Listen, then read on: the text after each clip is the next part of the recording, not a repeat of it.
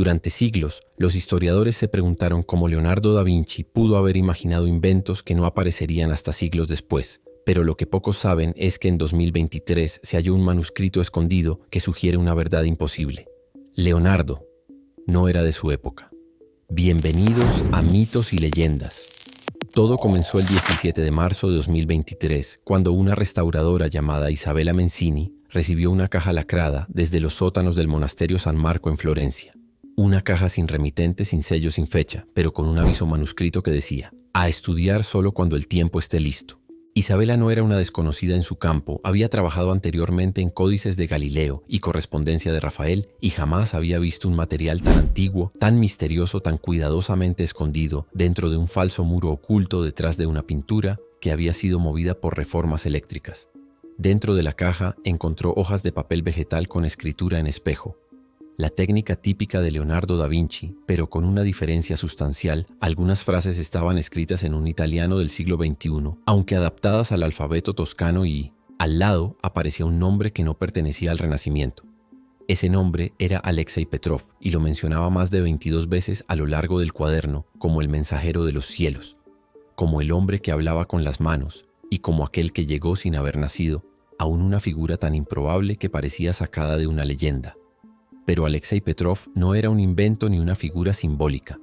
Era real, un científico ruso experto en física cuántica y mecánica de pliegues gravitacionales que desapareció a bordo del vuelo MH370 de Malaysia Airlines el 8 de marzo de 2014, en lo que sería el mayor misterio aéreo del siglo. Petrov había sido invitado a una conferencia en Pekín, donde presentaría una teoría controversial sobre resonancias espaciotemporales en aeronaves de largo alcance. Una hipótesis considerada absurda por sus colegas, pero a la que él había dedicado más de 10 años en silencio dentro de instalaciones privadas del Instituto Skolkovo de Moscú. Los documentos del Vaticano desclasificados en 2022 ya mencionaban rumores de un hombre que no encajaba en su siglo.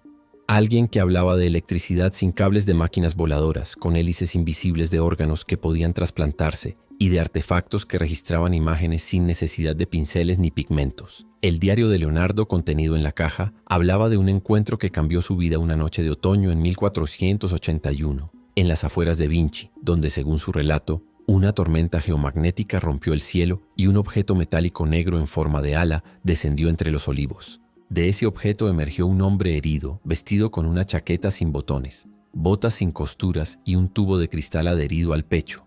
Hablaba en una lengua extraña, pero repetía una palabra una y otra vez: Alexei, Alexei, Yani Chevoneponimayu. No entiendo nada, decía entre lágrimas. Leonardo lo llevó a su taller creyendo que era un extranjero de tierras lejanas y lo cuidó durante semanas, pero pronto se dio cuenta de que aquel hombre no era solo extranjero, era forastero del tiempo. Hablaba de años que no existían aún, de mapas con bordes que no habían sido dibujados. Alexei hablaba de motores atómicos, de campos gravitacionales, de virus microscópicos, de números que Leonardo jamás había visto en los textos de Euclides. Y aunque al principio creyó que era un loco, pronto empezó a notar que los dibujos del hombre se parecían demasiado a sus propias ideas futuras. Uno de los diagramas que Alexei trazó mostraba un helicóptero moderno con hélices superpuestas, lo cual inspiró directamente el famoso ornitóptero de Leonardo. Otro mostraba una serie de válvulas y tubos que más tarde el genio italiano adaptó en su diseño para el primer traje de buceo funcional del Renacimiento. Lo más perturbador del cuaderno no eran los dibujos, sino los diálogos copiados, palabra por palabra. Leonardo transcribía las noches en las que Alexei hablaba en voz baja de su esposa, de su hija, que vivía en Moscú, de una ciudad llamada Kuala Lumpur y de un avión que nunca llegó. Según los documentos filtrados por Altai Vault en 2021, el vuelo MH370 desapareció justo cuando atravesaba una zona de alta densidad electromagnética sobre el Océano Índico, y una de las teorías que fue silenciada por el gobierno chino hablaba de una anomalía detectada en la ionosfera justo antes de la desaparición. La presencia de un cuaderno fechado en 1482 con referencias directas a Alexei Petrov, incluyendo su firma personal, su número de identificación del Instituto Ruso de Ciencias, aplicadas y la descripción exacta de su pasaporte en alfabeto cirílico, despertó una investigación silenciosa por parte del Archivo Histórico de Milán. El Vaticano exigió revisar los documentos y, tras pruebas de carbono 14, se determinó que el papel pertenecía efectivamente al siglo XV, pero la tinta utilizada para escribir los párrafos de Alexei contenía compuestos no detectados en Europa antes del siglo XXI, una contradicción temporal que no pudo ser explicada. Un análisis espectral del ADN presente en la hoja reveló secuencias compatibles con restos de sangre recuperados de un peine perteneciente a Alexei conservado por su esposa en Moscú en 2014, lo que indicaría que efectivamente el mismo hombre que desapareció en 2014 tocó ese cuaderno en 1482. En uno de los últimos párrafos, Leonardo escribió lo siguiente: el hombre que vino del cielo ya no desea volver. Dice que su mundo ha sido destruido por máquinas sin alma. Yo lo llamo maestro ahora, y juntos construiremos una nueva era de invención. Si el video te está gustando, no dudes en suscribirte y así te seguiré trayendo más historias como esta. Sigamos. En los meses siguientes, Leonardo mantuvo a Alexei escondido en un taller subterráneo improvisado debajo de su estudio en Florencia. El hombre del futuro le transmitía ideas complejas con dibujos, signos matemáticos y secuencias que ni los alquimistas más avanzados de la época hubieran comprendido sin perder la razón.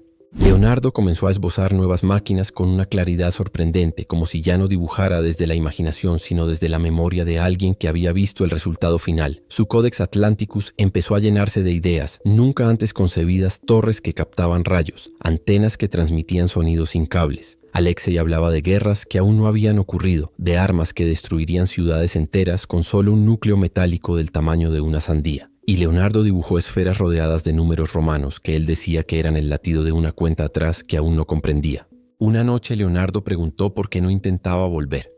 Alexei le respondió con lágrimas en los ojos que la primera vez que apareció en su mundo fue un accidente, un error, una distorsión, y que el triángulo que lo trajo a este tiempo no podía repetirse con precisión.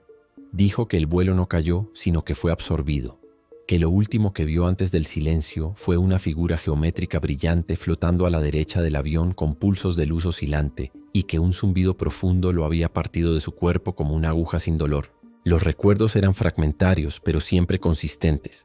Siempre hablaba del mismo destello, del mismo salto, del mismo terror, y cada vez que lo narraba, Leonardo tomaba nota, lo registraba, lo analizaba como si intentara encontrar en sus palabras la clave de cómo mover el tiempo desde la voluntad.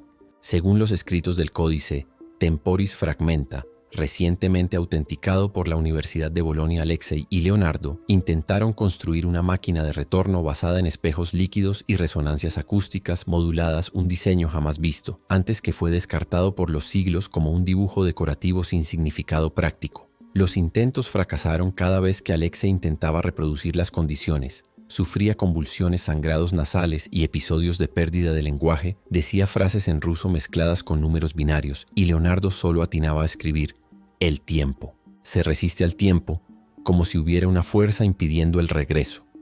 Finalmente Alexei aceptó su destino, pero hizo un último pedido.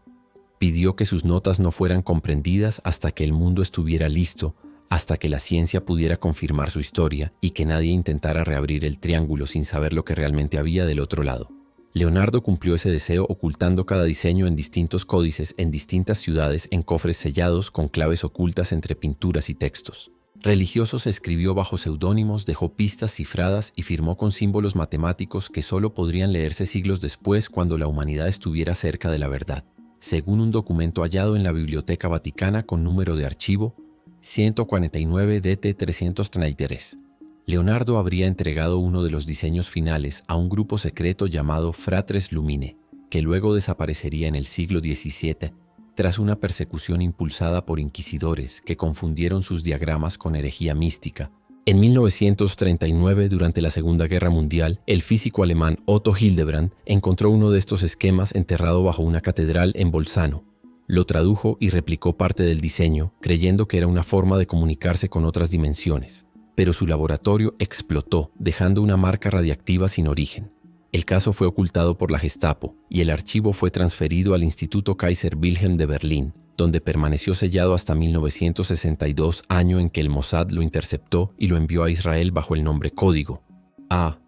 Fragmento Aleph. Pero nadie pudo decodificar su funcionamiento completo.